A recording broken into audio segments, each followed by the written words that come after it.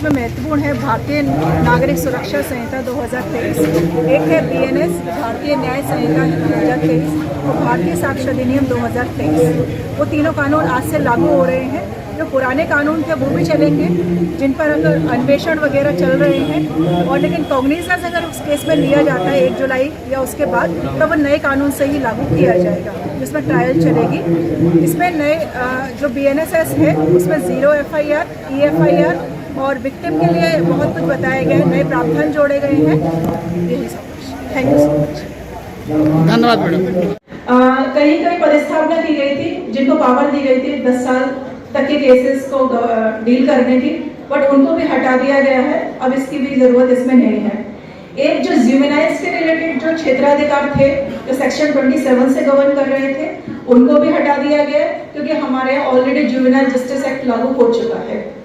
Then एक 144A जो drill और मास आर्म्स के सहित जो चलने से रिलेटेड था, पोजीशन से रिलेटेड, वो हालांकि लागू नहीं हुआ था, पर उसको अब यहाँ से हटाई दिया गया, तो इसकी ऐसी जरूरत नहीं है।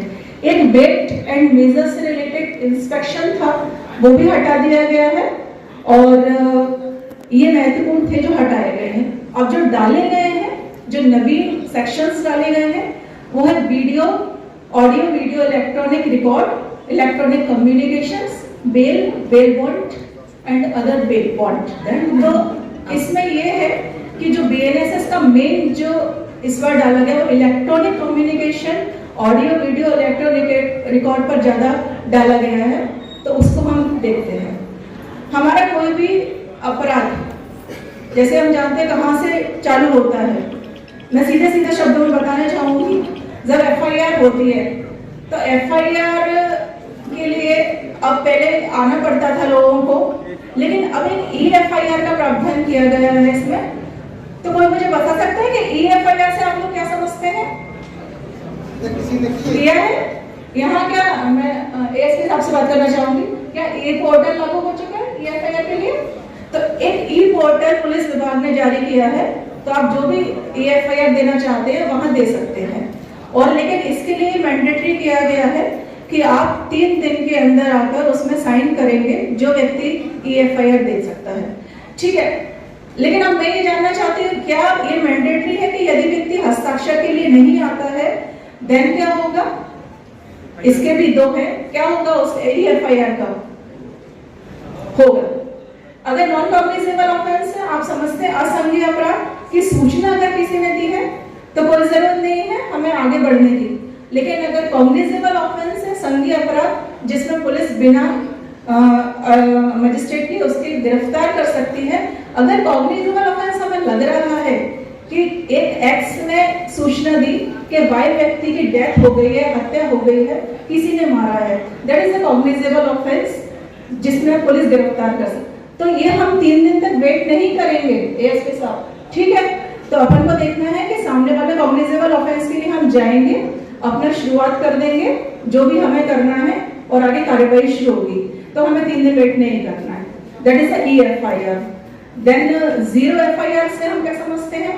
हालांकि ये दुनिया पता था 0 FIR, लेकिन इसके कानूनी जामा पहनाया गया है कि EFIR का भी 0 FIR का भी प्रावधान किया गया है।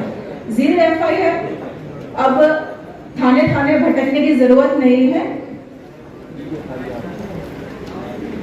कहीं भी किसी भी थाने में जाकर आप सूचना दे सकते हैं।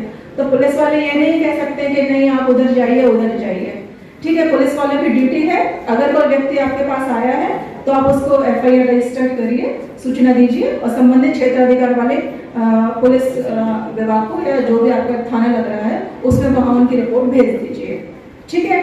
तो ये सबको जानकारी होनी चाहिए कि आप किसी भी थाने में जाकर आपकी FIR करा सकते हैं। और कोई व्यक्ति अगर ये कहता है कि पुलिस वाले कि हम यहाँ पर रिपोर्ट नहीं लिखेंगे, तो वो सरासर गलत है। इसके विरुद्ध इनके संबंध में डिसिप्लिनरी इंक्वायरी हो सकती है, ठीक है? अब एक प्रावधान है डीम्ड सैंक्शन के लिए नया जोड़ा गया है। पहले हम डीम्ड सैंक्शन को जब 197 से रिलेटेड था, तो पहले माना जाता था कि जब तक सैंक्शन नहीं हो जाती है पब्लिक सर्वेंट के लिए, सैंक्शन नहीं मिलती है, तब तक उनके विरुद्ध हम कॉग्निजेंस नहीं ले सकते हैं। अब डीम्ड सैंक्शन का प्रावधान किया गया है कि अगर 120 डेज में जब हमने रिक्वेस्ट भेजी कि हमको सैंक्शन चाहिए, अगर नहीं देते हैं तो हम डीम्ड माने जाएंगे कि हमें सैंक्शन प्राप्त हो चुकी है। तो that is related to FIR. ना जब हमारी एफआईआर हो गई, ठीक है, अब एक एफआईआर में एक प्रावधान और है, वो ये है कि 3 साल तक के जो केसेस हैं जो महिला से रिलेटेड है, गंभीर बीमारी से पीड़ित है, 60 वर्ष से अधिक की आयु के हैं, उनमें हमें गिरफ्तार करने के पहले डिप्टी सुपरिटेंडेंट ऑफ पुलिस की परमिशन लेनी पड़ेगी। तो हम ऐसे, अब पुलिस वाले जो गिरफ्तार कर लेते थे किसी भी मामले में, वो हम ऐसे बिना प्रायर परमिशन के नहीं कर पाएंगे।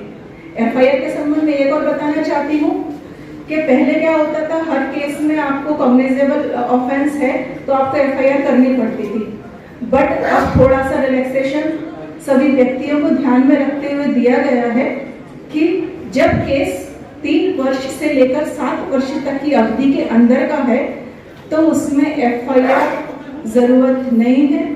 अगर ऐसा लगता है कि प्राइमा फेसी कॉग्निजेबल ऑफेंस बना है तो हम डिप्टी एसपी की परमिशन से एफआईआर रजिस्टर्ड कर लेंगे। अदरवाइज ऐसा लग रहा है कि कॉग्निजेबल ऑफेंस अभी हमें बनता हुआ नहीं दिख रहा है, देन हम एक प्रिलिमिनरी इंक्वायरी करेंगे। दैट इज प्रिलिमिनरी इंक्वायरी आपको 14 डेज के अंदर करनी है। देन आप रिपोर्ट देंगे, डिप्टी एसपी की परमिशन लेंगे कि हाँ कॉग्निजेबल ऑफेंस तो घटित हुआ है, देन आप उसमें एफआईआर रजिस्टर करेंगे। तो ये बढ़ाया गया 3 साल से लेकर 7 साल तक के केसेस के लिए।